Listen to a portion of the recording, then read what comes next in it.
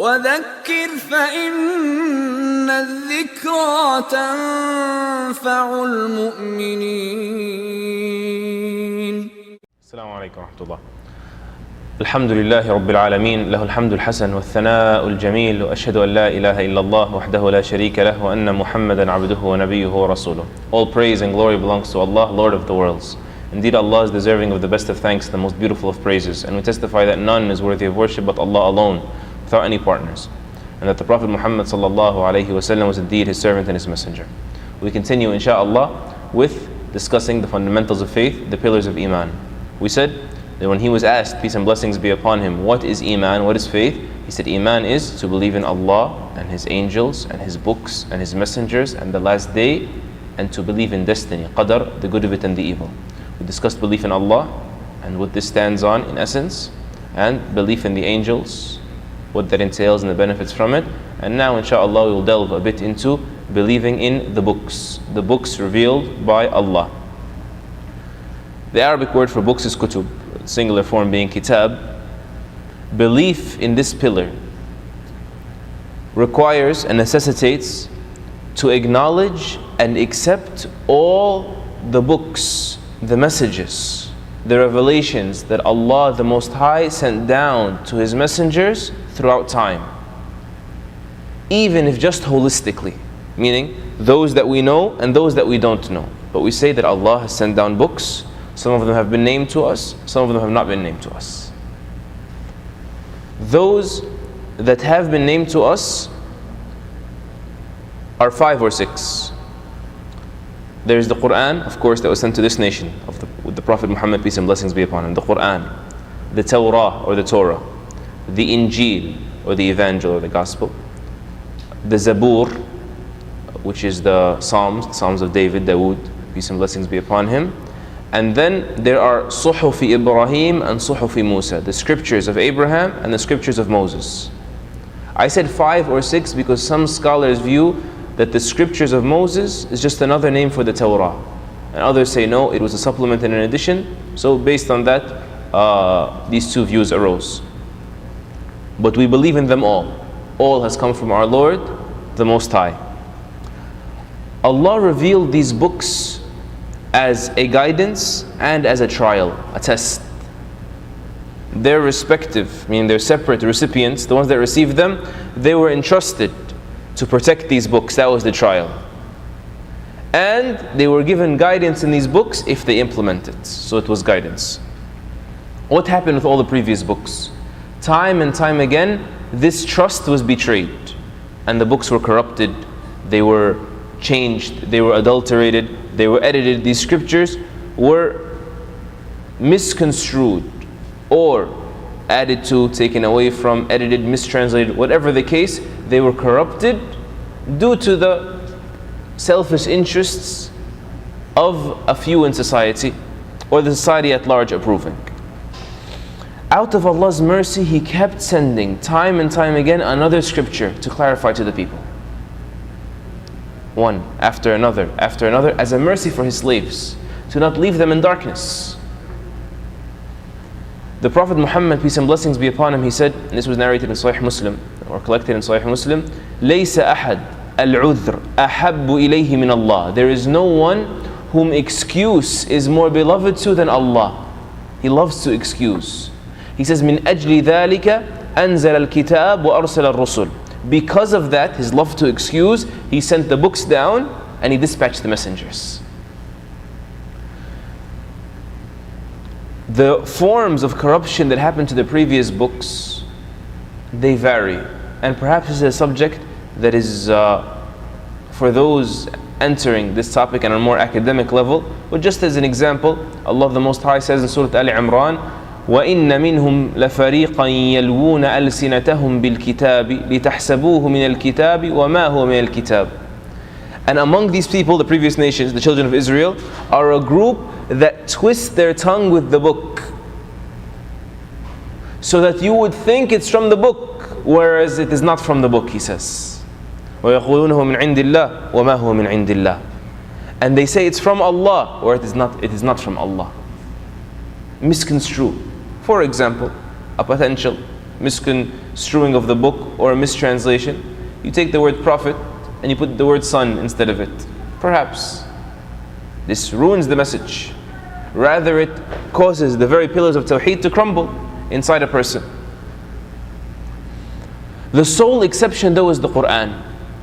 The Qur'an has been preserved in its entirety, down to the letter and the accent, by Allah. He, the Most High, said, إِنَّا نَحْنُ نَزَّلْنَا الذِّكْرَ وَإِنَّا لَهُ لَحَافِظُونَ. Indeed, it was we who sent down the remembrance, meaning the Qur'an, and surely we will guard it from corruption. Meaning the difference is that the Muslims in the last nation, the nation of Muhammad, peace and blessings be upon him, were not entrusted with protecting this book. They were entrusted with following it, with implementing its guidance. As for protecting it, Allah assumed responsibility for this Himself. And this has been fulfilled, of course. There is no way on the face of the earth, even if you were to burn every last copy, to get rid of the Qur'an. Millions in Brazil and Germany and Alaska and Spain and Australia and Canada memorized the Qur'an in their childhood, word for word, without disagreeing on a word in it or a letter from it. So this is our stance with regards to the books. We believe in them all, but they have all been corrupted. So Allah kept sending book after book, and they were corrupted. And then He sent the Qur'an, the final, most complete message, and preserved it from corruption. There remains, though, about the previous books, the stance of the believer towards these scriptures. The leftovers of these books. What do we believe? It's our pillar of Iman, to believe in the books. What do we believe about these books or from these books? You can divide the old scriptures, the corrupted scriptures, and all they contain into three categories. Category number one is that which has been confirmed by our revelation, which has been preserved. So by cross-referencing with an accurate ruler, right? An example, the conflict between Dawood and Jalut, David and Goliath. This is confirmed in Surah Al-Baqarah. So we say indeed there was a conflict between Dawood and Jalut. It becomes an obligation to say that that part of the book is true. Why? Because to deny it from their book is to belie our book. Our book verified it, so it's true. That's the first category. The matters that were confirmed by our revelation. The second category is that which was denied by our revelation. Like what? Like a Jesus, peace be upon him, being Almighty God, right? It becomes an obligation to say no, that is from the corruption, and we refuse to believe in that aspect of the book. Because to believe in it is to belie the Qur'an once again. Because the Qur'an verified otherwise, right? It confirmed something else. Or for example, that the prophets took part in heinous crimes such as adultery and incest and being alcoholics and drunkards. We are obligated to reject the likes of this out of our belief in Allah and His books and His prophets.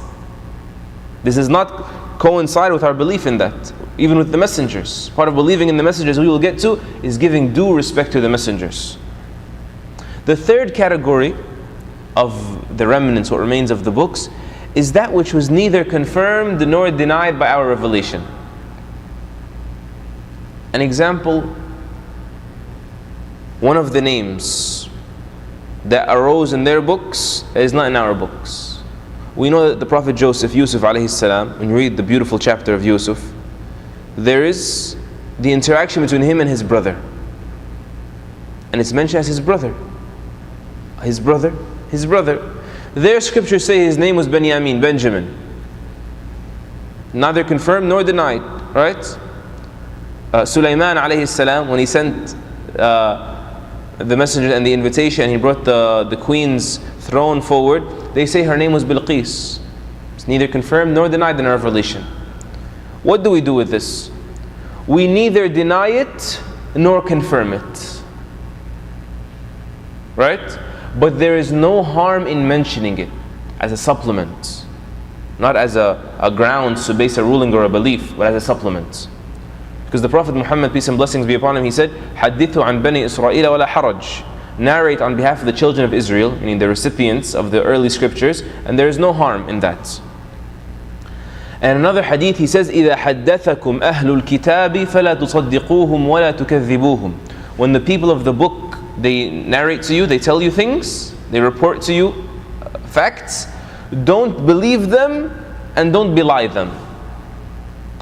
فَإِمَّا أَن يُحَدِّثُوكُمْ بِحَقٍّ فَتُكَذِّبُوهُ. Because you could be, there's a possibility that they're telling you the truth and you called it a lie. You had no proof that it was a lie. He says, or they're narrating to you falsehood and you called it true. You have no proof that it's true. Right? That even ruins your credibility to others. Nevertheless, makes your belief on things that are unfounded. This second hadith, when the people of the book narrate to you, don't belie them and don't believe them, this also brings to our attention something very important about believing in the books. And that is, despite these books being corrupted, and us not believing in these older books entirely, but we believe in their originals entirely, right? Despite that, they were still called people of the book. So the term people of the book is not only confined to the people that received the original book. No, in our deen, the people of the book is a term that applies to the people that ascribe themselves, they attribute themselves to that book. Because here, after it's been corrupted, or else why would Muhammad ﷺ be sent? To verify, to correct. And still he said, when the people of the book. Rather, Allah Azza wa Jal himself, he says, يَا أَهْلَ الْكِتَابِ لِمَ تَلْبِسُونَ الْحَقَّ بِالْبَاطِلِ وَتَكْتُمُونَ الْحَقَّ وَأَنْتُمْ تَعْلَمُونَ. O people of the book, why are you tainting, right? Mixing truth with falsehood and concealing the truth while you know it. So Allah is saying in the same statement that they've mixed truth with falsehood in their books, yet He's calling them how? Addressing them in what manner? O people of the book.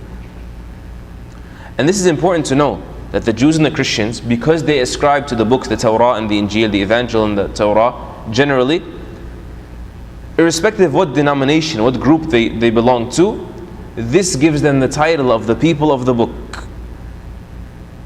Which means what? The rulings of the people of the book apply to them, like eating their meat and marrying from their women and so on, with the rulings that are known and discussed among the fuqaha. So they are people of the book, irrespective of their denominations, so long as they ascribe to the book and they believe generally in the fundamentals of that religion, right? A heavenly message, believe in one Almighty God, right? Ibn Qudamah rahimahullah says, and this is a matter that there is no contention among the ulama about. I mean, these are matters agreed upon amongst the Muslims, that they are people of the book.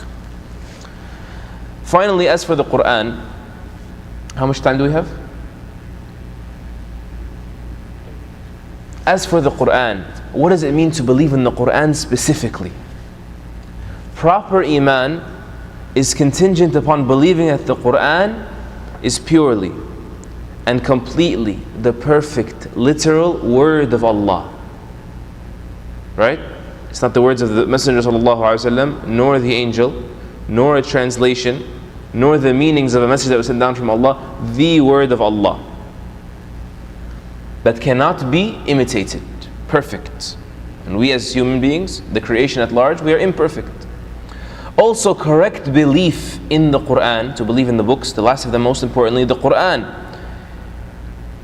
Allah says about it, الَّذِينَ آتَيْنَاهُمُ الْكِتَابَ يَتْلُونَهُ حَقَّ تِلَاوَتِهِ أُولَٰئِكَ يُؤْمِنُونَ بِهِ. Those we gave the book to, they recite it as it deserves to be recited. These are those that believe in it. We're talking about belief, the fundamentals of faith. What does it mean to believe in the book? To recite it as it deserves to be recited. What does it mean? يَتْلُونَهُ حَقَّ تِلَاوَتِهِ. To give it proper tilawa. Tilawa, we say it means to be recited. This is the most common translation. But let's get a little bit more specific so we can have a little bit more clarity. Tala in the Arabic language means to follow. And reciting is you following with your tongue, right? Something that you memorize, or a word that you prepared, or a statement that you're presenting, you're following a certain format. So tala in reality doesn't just mean recite, it means to follow. Follow the words, say them correctly, and follow the meanings by applying them. What's the proof that tala means to follow?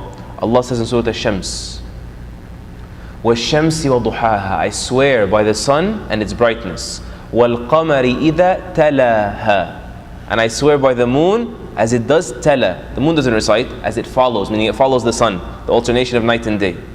This is why Ibn Abbas radiallahu anhuma, the greatest scholar of the Qur'an, the companion of the Prophet Muhammad, peace and blessings be upon him, he said at this verse, those that have been given the book, they recite it or they tala as it deserves to be recited. He says, يَتَّبِعُونَهُ حَقَّ تِبَاعِهِ, meaning they follow it the way it deserves to be followed. And Abdullah ibn Mas'ud, another companion and a scholar of the Qur'an, may Allah be pleased with him, he gave a more elaborate statement regarding the same meaning while interpreting this verse, and he says, I swear by the one in whose hand is my soul, meaning Allah. Its deserved recitation, the proper tilawa, means what?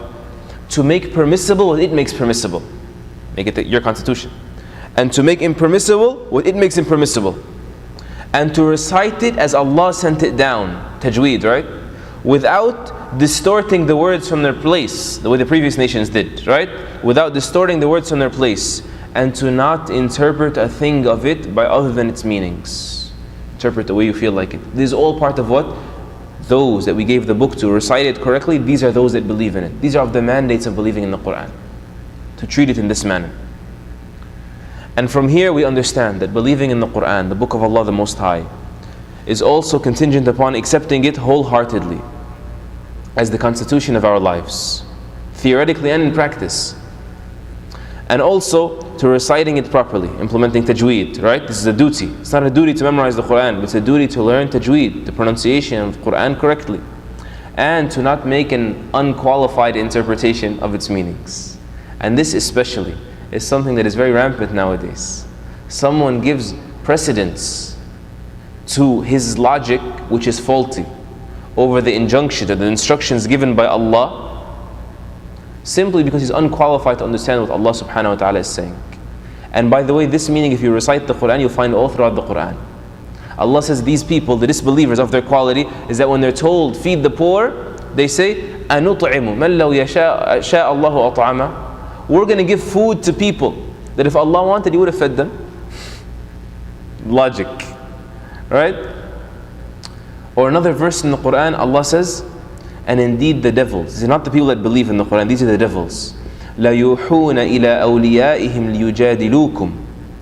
They inspire their supporters, their friends, the people that listen to the devils, so that they can argue with you. And if you obey them, إِنَّكُمْ لَمُشْرِكُونَ. If you obey them, you are indeed disbelievers. Those that have associated partners with Allah. You don't really have faith. What does this verse mean? To argue with you. When Allah said to the Muslims, only eat that which has been slaughtered for Allah, right? The disbelievers wanted to cause the Muslims to doubt in their religion in the time of the Prophet Muhammad, peace and blessings be upon him. So they came and they said, that which you kill, you say is permissible to eat. But dead meat, something that you find on the side of the road, we're not allowed to eat. It is something that has been killed by the hand of Allah. This is their logic. You're not allowed to eat? So man, we killed this, we can eat it. What Allah killed, we can't eat. So Allah told them, listen, don't even open the door to these unqualified interpretations. If you are really a believer, know that these are the disbelievers. The shaitan inspires them with an argument of logic, supposed logic, a claim to logic, so that they can argue with you. And if you obey them in that, meaning what you listen to that whisper, indeed you have no faith. You are mushrikun. So may Allah make us of those that truly believe in His book and fully implement its commands and recite it the way it deserves to be recited, and grant us its recitation by night and by day in a manner that is pleasing to Him. Allahumma ameen. We'll stop there inshaAllah until our next session. Subhanak Allahumma wa bihamdik, nashhadu an la ilaha illa ant, nastaghfiruka wa natubu ilayk, wa sallallahu ma'a nabiyyina Muhammad wa ala alihi wa sahbihi ajma'in, walhamdulillahi rabbil alamin.